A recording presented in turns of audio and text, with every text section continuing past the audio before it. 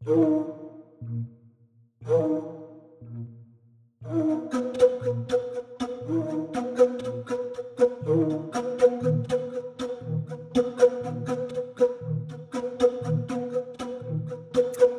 head külmaväristajad ja kikimooride sõbrad. Mina olen Taki.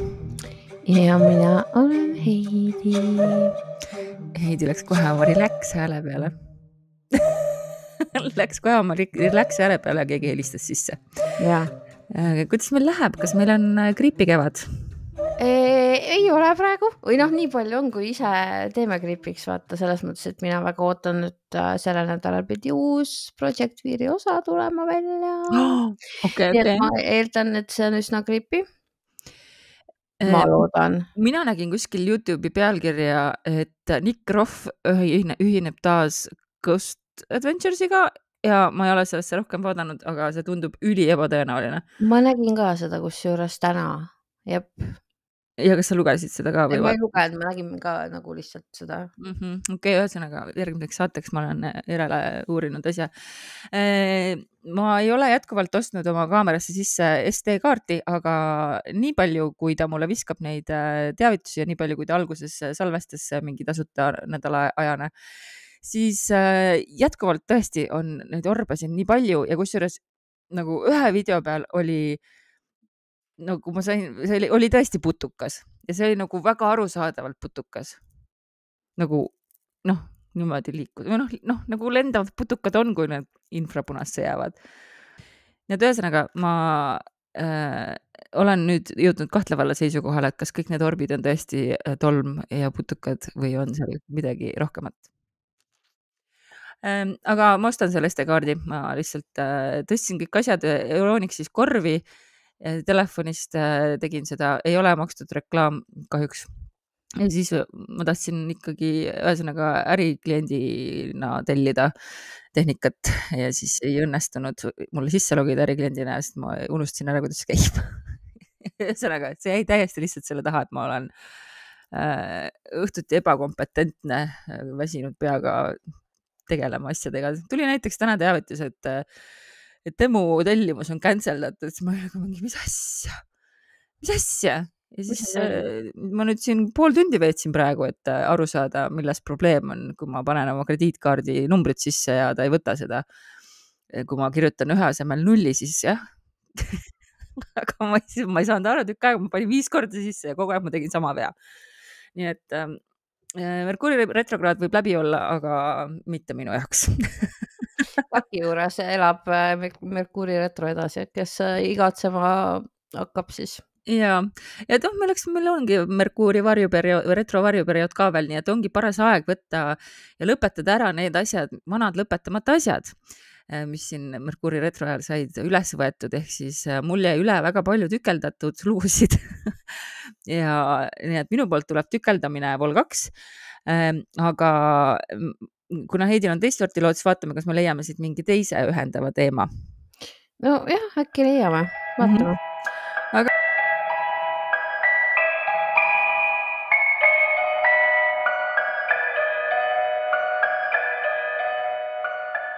Aga ma siis alustan kohe ühe looga, mis meenutab väga minu seda lapsepõlve laiba case'i, vähemalt osaliselt.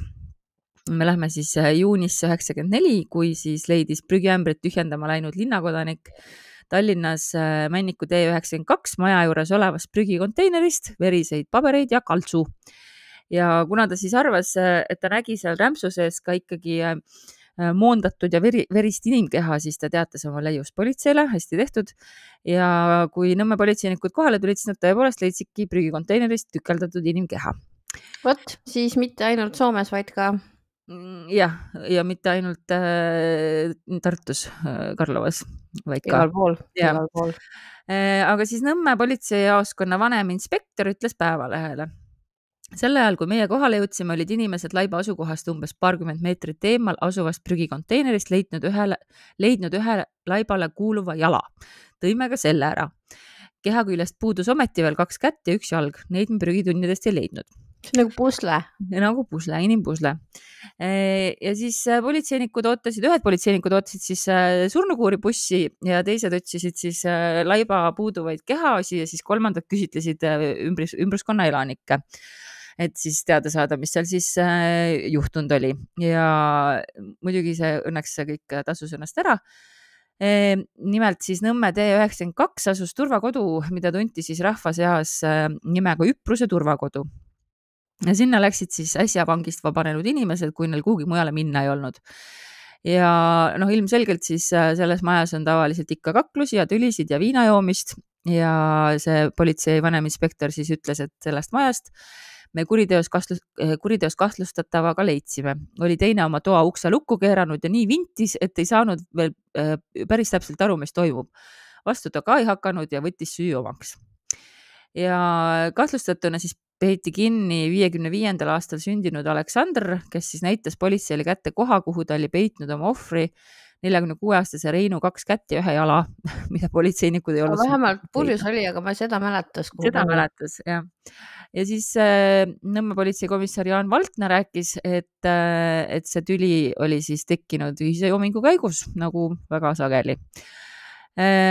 Ja politseinik arvasid, et see tapmine toimus päev enne seda, kui laip leiti, oletatavalt siis 18. juunil kella 2 paiku päeval.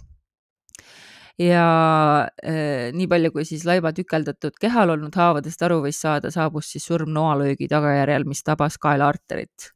Nii et kiiresti saabus see surm, aga esialgu ei osanud siis tapja muidugi midagi selle surnukehaga pihta hakata ja siis alles hiljem küpses tal seal purjus peas plaan laip peita. Ja ühes tükis on raske transportida ja keerukas peita ja... Kaua ma pean rääkima? Pange vanni, ka keerake happekraan lahti. Nagu meil kõigil on. Ja tehtud. Mida te jaurate tükeldamisega ja ma ei tea millega? Kuna tegemist oli turvakoduga, siis ma kahtlustan, et seal tubades ei olnud isegi nagu vannitubasid, et ma arvan, et isegi tualetid olid koridori peal, et siuke ühiselamud. Ja siis oleks ikkagi pidanud ära tükeldama. Ja ta juba oli külm ja hakkas kangestuma ja siis ta hakkas tükeldama. Seal sama Nõmme politsei vaneminspektor siis kirjeldas, tapja tükeldas surnukeha eemaldades käed ja jalad. Liha nüsis ta lauanoaga, luud purustas meisli ja haamri abil ja see tegevus kestis arvatavasti öö läbi ja alles varajastel hommikutundidel tassis ta laiba keha maja ette prügikonteinerisse. 1 jala peitis ta ühte teise mõnekümne meetri kaugusel asuvasse prügikonteinerisse, teise jala ja 2 kätt viis eemale metsa vahele. Ja kui laiba keha ja sellest eemaldatud käed-jalad olid peidetud, tuli siis tapja koju tagasi, peitis oma tööriistad ja pesi puhtaks toa põranda. Verised voodilinad ja teki toimetas ta samuti majast välja. Aga selles mõttes, et ta oli küll öö läbi hoolega vaeva näinud ja kõik, mis võimalik ära peitnud, aga oli ta siis jätnud toas voodi aluse pesemata. Nii et... Rookie mistake. Jah, rookie mistake. Ja kuna ta võttis süü omaks ja näitas siis ka kätte, kuhu need voodilinad olid peidetud ja tööriistad, et siis nii oli. Ja politseist veel öeldi, et mõlemad mehed olid varem karistatud ja äsja kinnipidamiskohast vabanenud. Ega neid muidu oleks Üpruse turvakodusse võetudki. Mees, kes on kahtlustatuna kinni peetud, on varem kandnud karistus samuti tapmise eest. Nii et isegi mitte rookie mistake, aga second mistake. Paraku ma ei leidnud selle inimese karistust midagi selle loo kohta rohkem, sest toona ikka oli neid tapmisi nii palju, et 2 vangi omavaheline arvete klaarimine ja joomise käigus enam kohtusaali jõudes uudiskünnist tõenäoliselt ei ületanud või vähemalt ma ei suutnud seda leida. Igal juhul siis see uurimine jätkus Tallinna politseiprefektuuri kriminaalpolitseis. Nõmme politseijaoskond andis sinna kõik materjalid üle ja nõmmekad ise siis ütlesid, et see on viimasel ajal toime pandud kuritegudest üks jõhkramaid. Pikka aega on Nõmmel valitsenud selles mõttes vaikus, et siin on olnud niisama pussitamisi ja tülitsemisi, rööve ja varguseid, aga sellist asja, et tapetu kehaosi tuleb mööda linna erinevaid prügiurne taga otsida, seda pole tõepoolest ammu juhtunud. Nii et sellised lood siis 94. aastal.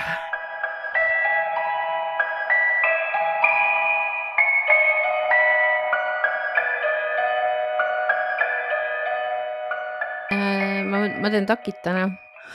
Davai. Ja lähme 33. aastasse.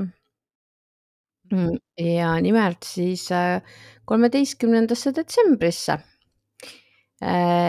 Kui siis kolmapäeva hommikul umbes kell 9:30 leidis 16-aastane noormees, kellel oli nimeks Arnold Ruus ja kes oli parasjagu siis teel Piimakall linna. Leidis siis Viiratsi surnuaia selle aiakese tagant, mis oli omakorda tee ääres, leidis mehe laiba. Ja tema siis vaatas ja kaugelt tundus talle siis esialgu, et tegemist on hoopis riidehunnikuga, aga lähemale jõudes ta nägi, et ei, siin on inimene. Ja siis järgmine mõte oli see, et kui inimene on siruli maas, järelikult on juua täis. Nii et ta siis mõtles, et ta läheb otsib enda läheduses oleva tuttava üles ja tuleb temaga koos tagasi, et siis vaatavad, mis värk on nagu julgem. No ikka jah. Muidugi. Ja sinna siis tagasi jõudes märkasid nad verepritsmeid, natukene kogusid ennast ja siis läksid veel lähemale ja selgus, et see oli siis meesterahvas, kellel oli tagant löögiga purustatud pealuu niimoodi, et tal oli sealt mingit ollust väljas juba otsapidi, mis ei ole ilmselt väga nice. Aga see on oluline detail, et meie saade oleks võimalikult rõve. Vot ja ju siis keegi oli visanud laiba hooletult sinna värava vahele, et oleks natuke rohkem vaeva näinud, poleks äkki kohe jäänud vahele või nii. Tüübid siis teatasid politseid ja sündmuskohale saabus esimesena Viljandi jaoskonna komissar, kes siis vaatas, et keegi seal seda sündmuspaika rikkuma ei tuleks ja kriminaalpolitsei saabus pisut hiljem ja targad inimesed, politseiametnikud vaatasid olukorrale oma tarkade kogenud silmadega peale ja leidsid, et röövmõrv it is. Issad, kui tore, ma seda hakid naerma ja ta ei lävitu. See rõhud on naljakad alati. Ja, ei, seda ei suuda keegi järgi ka teha. Ja, ei suuda. No rhyme or reason. Nii, igal juhul surnud taskust leitud dokumentide järgi siis tuvastati, et tegemist oli sellise mehega, kelle nimi oli Jaak Lepik ja tema oli siis 60-aastane ja tema elas siis rentnikuna Tänassilma vallas Kõlli talus. Ja temal oli ka perekond, ikka suuremat sorti perekond, kes teda siis leinama jäi. Ja päev enne seda avastamist viibis Lepik Viljandis. Ta lahkus siis sealt linnast hobuvankriga umbes kell 5 ning arvati, et tal oli kaasas 200 kuni 800 krooni sularaha, mis on nagu päris korralik vahemik. Väga korralik summa igal juhul. Jaa, aga selles mõttes, et see vahe on ka nii suur nagu, et... Kas ta käis kuskil laadal või? Et siis võib-olla lihtsalt ei teatud... Ta käis Viljandis ja ta müüs seal ühe looma maha ja siis ostnud veel mingit kaupa, ehk siis nagu, kui sa täpselt tahad teada, siis ta ostis endale villas saapad ja lihamasina ja kotisoola ja igast muud värki. Siis ongi ju see omaksed ei osanud arvutada kokku, sest et nad ta läks äri ajama ilmselt mingi summaga, aga pidi ka mingi summa juurde teenima, mingi summa ära kulutama. Vot ja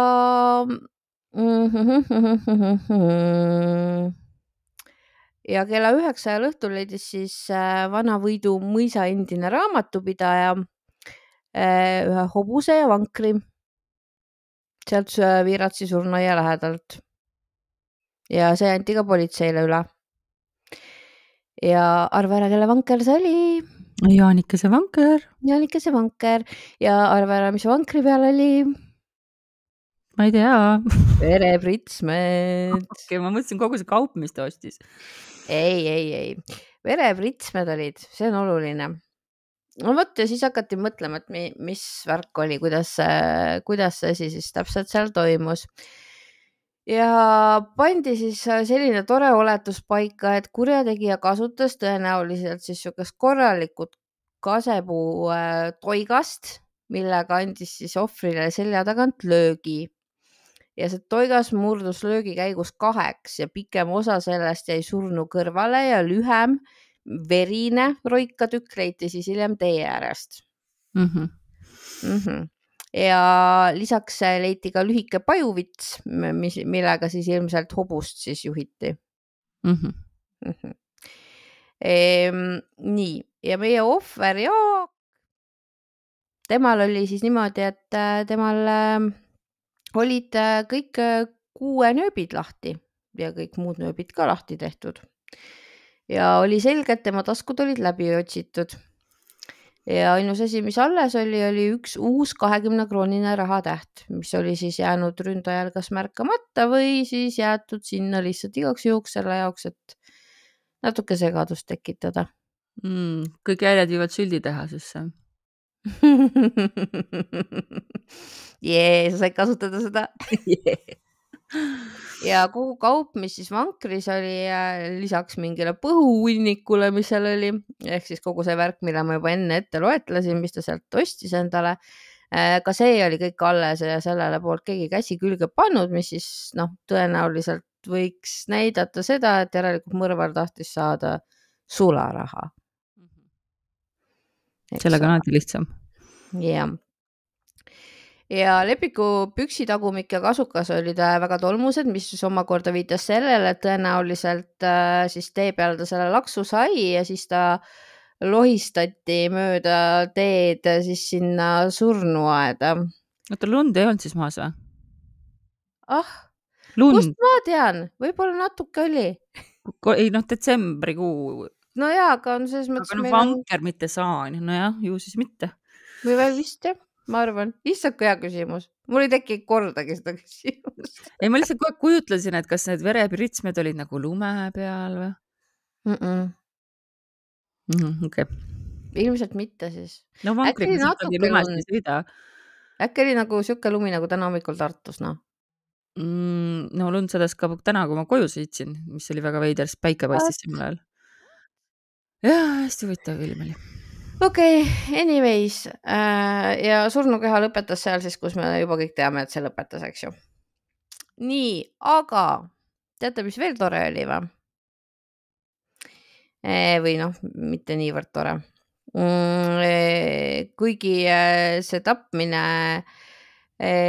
aeg oli nagu paika pandud, siis leidus keegi, kes läks politseisse ja ütles, et tema nägi Lepikut samal päeval kell 8 Viljandis, et ta ei lasknud midagi sealt nii vara jalga. Ja nemad olid kohtunud siis valgustatud tänava nurga peal, aga politsei oli hästi kriitiline selle info suhtes ja nad olid üsna kindel, et see inimene eksib või ajas lihtsalt siis ta mõne sarnase välimusega inimesega segamini. Nii et see läks sinna. Vot, ja jutumärkides, nagu sina ütled, #kikimoorid tore, oli see, et see ei olnud mitte esimene kord, kui seal siukene asi toimus. Kus seal Viljandis või? Viiratsi kandis. Ja siin ma loen korra täpselt nii, nagu oli kirja pandud meie lehes. Siin on mingi 3-4 erineva lehe materjal, so I don't know which one it was. Nii, Viratsi kalmistu kohal äsja toimunud haruldaselt juurm röövmõrtsukatöö kutsub esile õudsed mälestused, mis ühenduses sama paigaga. Ma ikka armastan seda vana stiili nii väga lihtsalt. Mõned aastad tagasi sama paiga läheduses samal kombel tapeti keegi vanamees, kellel selja tagant löödud hoobiga purustati pealuu. Tundub tuttav? Väga tuttav. Siis katsuti verilaske teel, mis ikkagi samas kitsas piirkonnas, ühte naisterahvast tappa. Selja tagant antud hoop ei õnnestunud ja lõhkuma hakanud hobune päästis sõitja mõrtsuka käest. Hiljem arvas naisterahvas, et teda kiviga visatud, kuid kindlasti oli see kaikahoop. 4. pääses jälle hobuse lõhkuma hakkamise tõttu kaikaga Roimari käest keegi meesterahvas. See on nagu nii hea mingi. Keegi meesterahvas oli. sarimõrtsukas nagu seal oleks siis toimetatud. Jaa. Aga ta lihtsalt ainult, ei 2 ohvrit, no 2 juba piisab, et oleks seeria. Aga need lähevad ka sinna alla. 2, 3 ohvrit. Aga ma mõtlen mõrva juhtus 2. Mõrva 3. Kes see 3. oli siis? 3. oli keegi palvevend Annus, kes, 2 palvevend Annus oli ise, kes oli tapnud samas piirkonnas oma ohvri kirvega, aga see oli another story. Vot. Ja paar aastat enne seda viimast laksu oli siis nagu vaikus olnud seal verilaske teel. Kas see nimi tuli enne või pärast? See nimi kusjuures oli enne ja see, mõtlengi, et see on nagu nii sümboolne kuidagi. Sellele kohale, on ju. Vot nii, ja kusjuures paar nädalat enne Jaan Leppiku rünnakut ja tapmist siis oli uusna vallavanem, kellel nimeks Türi Täht olnud ka sarnases olukorras. Tema sõitis siis õhtul Viljandist kodu poole ja märkas teel tundmatut mees, kes talle sügavalt silma sisse vaatas ja mõne aja pärast kuulis ta vilistamist ja jooksusamme. Ta otsustas mitte pöörata kõrvalteele verilaskel, vaid kihutas otse Uusna mõisa poole ja pääses ilmselt röövlitest tänu kiirele hobusele. Vot, aga kes seda tegi, ei tea. Väga rets. Aga see on hea, selles mõttes ma oleks eluses arvanud, et Viljandi küle all mingisugune niisugune sarimõrvar tegutses. Sarimõrvar möllas niimoodi, jah. Ja meile meeldib ju tänapäeval väga üle romantiseerida sarimõrva, et see peab olema kindlasti mingi seksuaalse alatooniga ja ma ei tea, teedpandilik planeeritus ja ei ole alati üldse nii. Sarjad juhtuvad ka nagu Ustimenkol lihtsalt nagu omakasu nagu tõttu. Nii et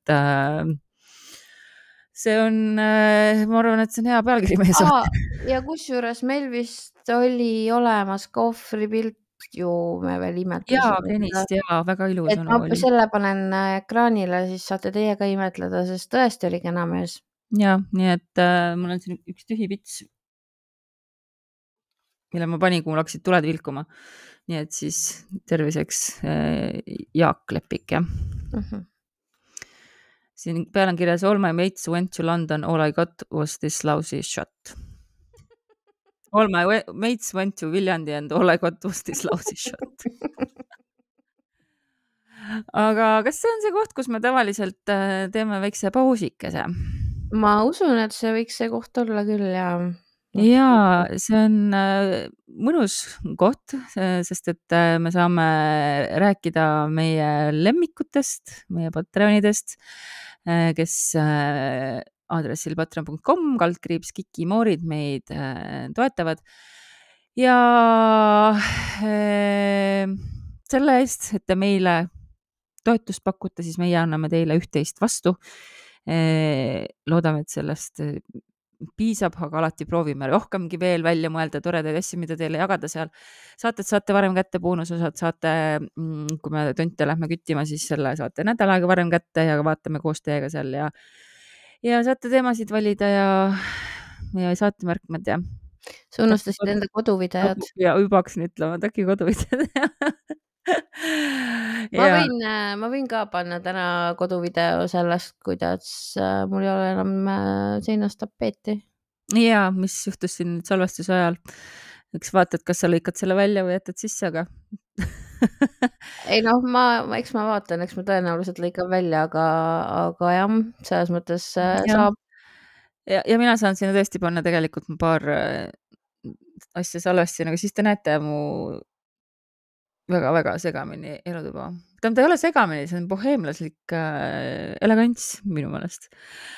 Aga ma pean vaatama, et ta vaatab otse mu magamistuppa ja ma magan ju alasti, nii et ma pean väga hoolega valima ühesõnaga, milliseid asju ma saan jagada koduvideotes. minu meelest sa just ütlesid, et väga head kraami on tulemas. aga igal juhul me ütleme ka igas saates teile aitäh, armsad toetajad ja PS esimene nädal on tasuta ja tegelikult tasub ka lihtsalt tasuta tulla liikmeks, et me anname kõik oma uudised, teadaanded ikkagi esimesena just seal teada, et ja hiljem võib-olla jõuavad kuhugi sotsiaalmeediatesse, aga noh, see on Face ja Insta on meil siuksed kohad, kus Face on vist täiesti surnud, Instas veel on, TikTokis on lood lähevad, mitte teadaanded, nii et kui te tahate päriselt olla kursis, siis ikkagi on just normaalne, ma hakkasin praegu, oleks peaaegu selle, oota. Mida? Mul on avatud umbes 50 tääbi ja kui need on nii suured või nii väiksed, siis kogemata peale minnes võid sa kohe vajutada tääbi kinni ja teha seda salvestuse ajal. 50. noh, mingi ükskord, okei, ma ei hakka seda lugema, ühesõnaga peaaegu oleks. mul on 3. mul on 4 on alati lahti, mis on nagu meil, Facebook, mis mul siin veel on? Vaata, meil, Facebook, mingi asi on veel, mis on alati mul. Mul on salvestus, lugude fail ja Patreon. aga mul on siin kõik, mis mul on pooleli erinevad, Kikimooride episoodide tabel, eelarve, astroteemad, mingi 30. aasta päevaleht. ei, seda ma 3. aasta Maahääl. ühesõnaga, sul on minu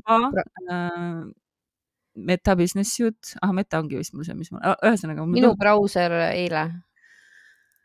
ja, aga mul on ta kogu aeg niimoodi, siis mul jäävad osad asjad pooleli. Okei, ühesõnaga, väike kõrvalepõige, aga suur aitäh VIP külmaväristajatele, kelleks on Indrek, Mumm ja Volkergeist ja Pillerin. Ja aitäh külmaväristajad Agnes, Anett, Anne, Anni, Annika, Ansu, Bell koos lille emojiga, Krissu, Diana from the moon, Elisabeth, Elin, Elisabeth, Endre, Erika, Edlin, Erki, Frida, Krets, Heili, Helen, Heleri, Hundiplika, Ilona, Iiris, Jaanika, Joss, Jörgen, Kadi ja Oliver, Kairi ja väike kummituse emoji, Karena, Cat Austraalia, Kati, Kelly Y-iga, Kerli, Kersti, Ketrin, Kratu, Kretsu musta südamega, Kristlin, Krista, Kristel, Kristi, Kristin ja Kätu. Ja aitäh Liina, Maarja, Malle, Marta, Merit, Merle, No Name, Regli, Shirley, Tondiste, Valge Siil, Viirastus, Väike Päike, Ülo ja Maiken. jah, ja www.kikimoorid.ee, sinna tasub ka ikka kiigata aeg-ajalt, sealt saab ka meile lugusid saata, saab ka teha seda kikimoorid@gmail.com. ja lähme siis nüüd edasi, sellepärast et ma tegin täna niipidi, et pikem lugu on mul hoopis saate teises pooles.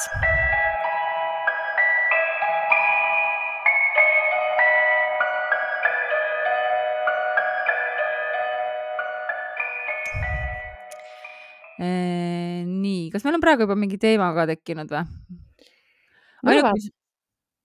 Mõrvad ja ka see mineviku teemade lahendamine, vaata, et sul on surnuaia loost jäänud üle. Okei, niisiis me läheme aastasse 95. Kui 95. aasta oktoobris lõppes siis üks Harmu kolmnurga draama Tallinnas Kungla tänava korteris päris õnnetult. Ja tol hetkel olid seal korteris siis 31-aastane Sergei Pravdin, kes tappis siis oma abikaasa armukese. Kus see Kungla tänav on üldse? See on Põhja-Tallinnas või see on... Ma tõesti ei tea. Mul on täna küsimuste ring. Kungla tänav, Tallinn, nii Kalamajas. Ja, okei. Oota nii, kus sa nüüd mul oled, nii. Aga ühesõnaga, ja ohvriks oli siis 36-aastane Anatoli. Ma ei oska rääkida. ja tema oli siis sellel ajal, kui Sergei käis Pihkva oblastis, kus ta siis väga tihti käis, siis kuidagi nagu oma tee leidnud sinna Sergei naise Kaissu. Aga see ei olnud siis muidugi lihtsalt tapmine, nagu te võite arvata. Sellele järgnes laiba tükeldamine ja Pravdin peitis siis laiba oma garaaži muldpõrandaga ruumi alla. Ja tükeldatud surnukeha avastati alles 26. märtsil 1996 ehk siis ligi pool aastat pärast mõrva. Pravdini naine nägi tapmist pealt. Tema ütleb, et tema kuriteos ei osalenud ja politsei teda selles ka ei süüdistanud, aga tegelikult oli niimoodi, et nad olid siis Sergeiga, see naine oli vist vinnustanud natukene ja siis naine oli ise nagu üles tunnistanud, et ta selle Anatoliga tiiva ripsutas ja siis Sergei oli vihastanud ja käskis siis naisel see Anatoli kohale kutsuda. Nii et ikkagi see naine mängis ka ikkagi rolli, aga asi, mida ma siis oma elus kunagi ei tee, okei. Tiiba ripsutama Ei, üles tunnistama. Üles tunnista. Aga Sergei ise ütles, et tema tapmise motiiv oli siis segu armukadedusest, enesekaitsest ja hingelisest erutusest. Ma ei usu, et see enesekaitse seal vahel. Ja kohtuekspertiis ütles ka, et ei mingit enesekaitset, tegemist oli 7 eluohtliku torke ja lõikehaavaga rindkeres, mis ei viidanud kuidagi ei hädakaitsele ega afektiseisundile. Aga mis siis mõrva uurimise keeruliseks tegi, oli see, et esialgsed kahtlused langesid hoopis teisele isikule või siis perekond nagu kahtlustas hoopis kedagi teist. Politseini jõudis siis kõigepealt info Anatoli kadumise kohta, siis tapmise kohta, aga läks veel pikka aega, et nad suutsid kontrollida, et see paika peab. Ja läbimurre tuli alles 96. aasta märtsis siis, kui Pravdini naine saabus Eestisse, et vormistada elamisluba. Ja ta peeti kinni, aga ta keeldus laiba asukohta näitamast. Ja miks? Sellepärast, et tema 2-aastane tütar oli Pravdini käes. Nii et nad olid kolmekesi läinud Pravdini ilmselt siis juhatusel nõudmisel Pihkvasse, kus nad siis elasid mingis külakeses Ktovi rajoonis Kozlovi külas. Ja et ei tahtnud ka mentidele ette jääda, on ju, ja Sergei kasutas siis seda last välja pressimiseks, et teeb viga. Aga siis Sergei tabati seal Pihkvas ja kui siis oli kindel, et lapse elu on väljaspool ohtu, et siis ta juhatas politsei garaažini. Ja õnneks siis tänu sellele, et naine tegi koostööd, suudeti siis Pihkva kriminaaljälitusega korraldada sihipärane operatsioon ja see oli siis seal Kozlovis. Ja 26. märtsil oli siis politsei rünnak ja nad tabasid ühest külahütist tema. Aga keskuurimisbüroo vanemuurija Rain Kuus ütles, et Tallinnas elav Pravdin ei tulnud Eestisse üldse mitte sunni all, et kuna tema kinnipidamise sanktsioon Venemaal lõppes, siis avaldas ta ise soovi naasta Eestisse, kus on tema elukoht, sugulased ja tuttavad. Pigem vist, et ei taha Vene vangi minna. Ja kuna siis Eesti ametivõimud olid saanud loada kohe kinni pidada, kui üle piiri tuleb, siis ta kohe võetigi kinni ja toimetati eskordisaatel Tallinna. Ja kõigepealt esitati talle siis süüdistus tahtlikus tapmises, eriti julmal ja sadistlikul viisil. Ja märkimisväärne on siis ka see, et tapmisele eelnes siis aus ülestunnistus, on ju, millest ma juba rääkisin, et see naine tunnistas üles, et ta on kõrvalt pannud ja siis mees läks ilgelt närvi. Ma ei tea, miks sa ütled sellist asja, eriti kui sa tead, et su mees on nagu Crazy. Ja siis samal ajal, kui siis naine koristas korteris verd ja jälgi, siis kaevas Sergei garaažis ohvrile hauda, ehk siis naine ikkagi lõi ka päris palju kaasa. Ja siis kohtuarst Heino Mirme, kes oli laipa näinud, märkis, et tükeldamiseks oli kasutatud nuga. Ma ei kujuta hästi ette, kuidas nii suurt meest noaga tükkideks lõigata, kommenteeris ta. Lisades, et täitsa pekkis. Lisades, et ohvri kehale oli tätoveeritud hulk ilusaid pilte, nüüdseks jäädavalt rikutud galerii. Võid kasutada seda minu peielauas. Ära nüüd räägi niimoodi. Et nüüdseks jäädavalt rikutud galerii. Ei, mitte rikutud, see on ju loomulik. Ma eeldan, et ma lähen loomulikku surma, et siis jäädavalt kadunud. Ära räägi nii. Äh, Arhiivis mis galerii. siis? Ahah, arhiivis galerii, jah. Jah. Mulle väga meeldis, et ühes artiklis meenutati ka, kirjutati niimoodi, et traagiline ja jõhker tapmine polnud ainus omas žanris. Teadaolevalt leiti viimane tükeldatud laip 96. aasta 14. jaanuaril Tartus Aida tänava prügikonteinerist. Ja et mullu leiti tükeldatud surnukehi veel ka Tallinnast, Pärnust ja Ida-Virumaalt. Need on ilmselt siis need lood, millest me rääkisime. Pärnu omast vist ei ole rääkinud, aga Ida-Virust sina rääkisid ja Tallinnast mina nüüd rääkisin. Ja kui asi jõudis kohtusse, siis Sergei jätkuvalt ajas oma enesekaitse juttu. Ta väitis, et Anatoli oli tema naist kuritarvitanud ja rünnanud teda noaga. Enda versiooni järgi paiskas ta siis mehe põrandale, ei suutnud teda kinni hoida ja haaras siis riiulit noa, millega meest selga lõi. Seejärel võitlus jätkus ja siis Pravdin torkas ohvrit mitu korda veel, niikaua kuniks surm saabus. Aga ringkonnakohtu kriminaalkolleegium leidis, et see versioon ei pea paika. Nii nagu siis kohtuarst oli öelnud, et seljahaava polnud, aga olid siis eluohtlikud torkehaavad rindkeres ja et need vigastused siis põhimõtteliselt mõnekümne minutiga võtsid Anatoli elu ja kindlasti ei suutnud ta võitluses aktiivselt osaleda. Ja ka hädakaitse ei leidnud kinnitust ja pigem siis ikkagi see, et ta soovis kannatanult tekitada eluohtlikke vigastusi. Ja Pravdin mõisteti siis tahtliku tapmise eest kinni 8 aastaks. Lisaks määrati talle veel kahjutasu maksmine ja karistus jäi muutmata ka ringkonnakohtus. Ja lõpetuseks ma tean selle Pravdini kohta siis nii palju, et ta soovis, et tema üle mõistetaks kohut Eestist ja see soov täitus, aga vabaks ta ei saanud. Läks ikkagi Eesti vanglasse. Kinni nagu Miška. No nüüdseks on ta muidugi, aga tema nimekaime on nii palju, et mis tast nagu päriselt saanud on, siis ma ei tea.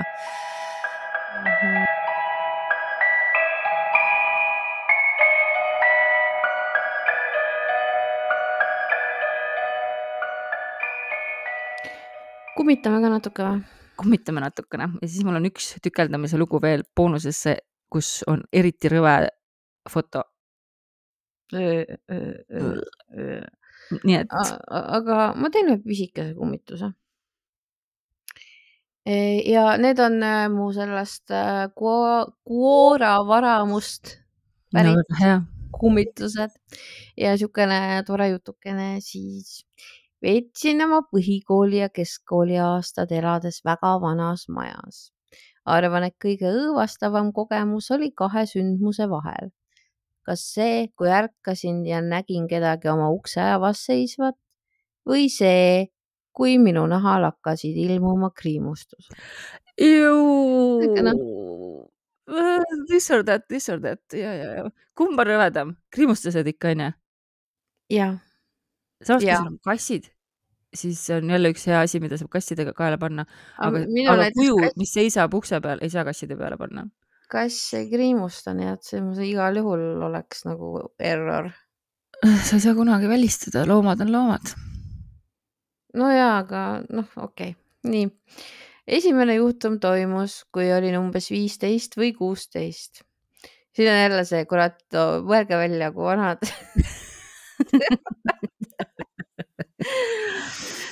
Hoidsime koridoris öölampi kogu aeg põlemas, et ma end öösel ringi liikudes ei vigastaks. Minu tuba oli pime, ainult ukse vahelt tuli veidi valgus sisse.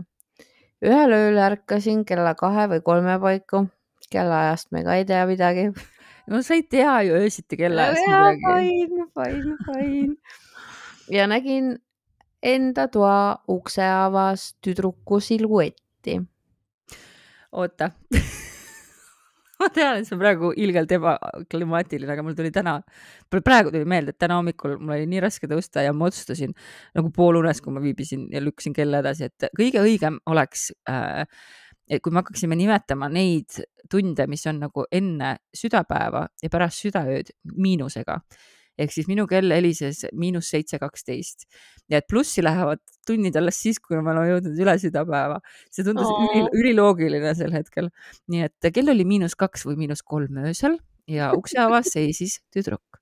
Jaa, sellel +15 või +16 aastasel inimesel. Jah. kas ma sain pihta selle? See ei olnud kellaaeg. See ei saa minu uneloogika.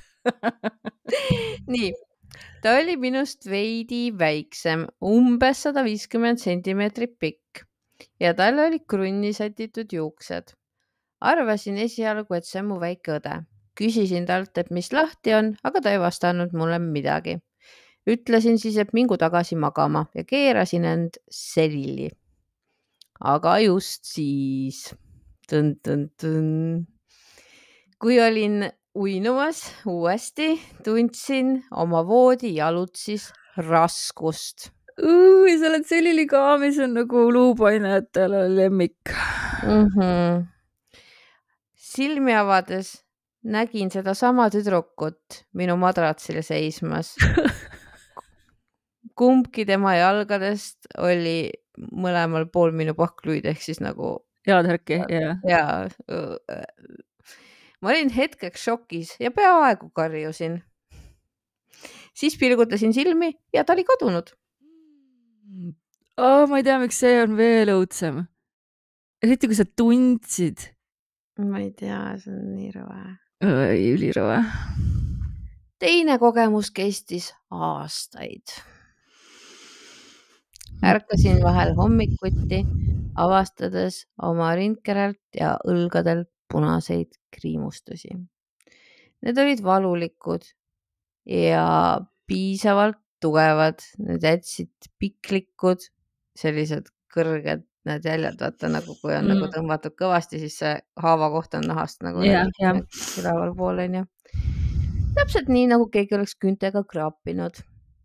Alguses arvasin, et ehk olin seda unes ise teinud. Aga kui täpsemalt järgi hakkasin ajama, märkasin sõrmejälgede või nende küünejälgede mustrit ja eriti selgelt üht kriimu, mis seisis teistest eraldi ja palju madalamal. Ma ei oleks suutnud oma kätt mitte kuidagi sellisesse asendisse väänata, isegi kui oleksin väga proovinud. Vot, siuke nunnu. Kõik või? Millal see lõppes siis või? Ta rohkem ei kirjutanud selle kohta mitte midagi. Mul on nii palju küsimusi veel, aga olgu, ma lepin sellega. Lepi sellega, sest mul on Patreoni üks extra cute nups. Väga hea. Nagu ma ütlesin, minul on Patreoni boonusosas ülirõveda fotoga, kui ma nüüd õigesti mäletan lugu, aga ka nupsuke õnneks, aga ta on, lihtsalt see foto oli nii rõve, nii et aga davai, lähme siis siit valitud seltskonnaga edasi boonusosasse, mida te saate siis kuulata Patreonis täielikult. Aga väike diiser teile ka, kui te kuulate Spotify's või oma podcasti rakenduses ja vaata meid YouTube'is, et siis te kuulete natukene, millest juttu tuleb, mis on see rõve asi, millest on mul foto. Aga me kohtume nädala aja pärast ja seniks püsige kõhedad.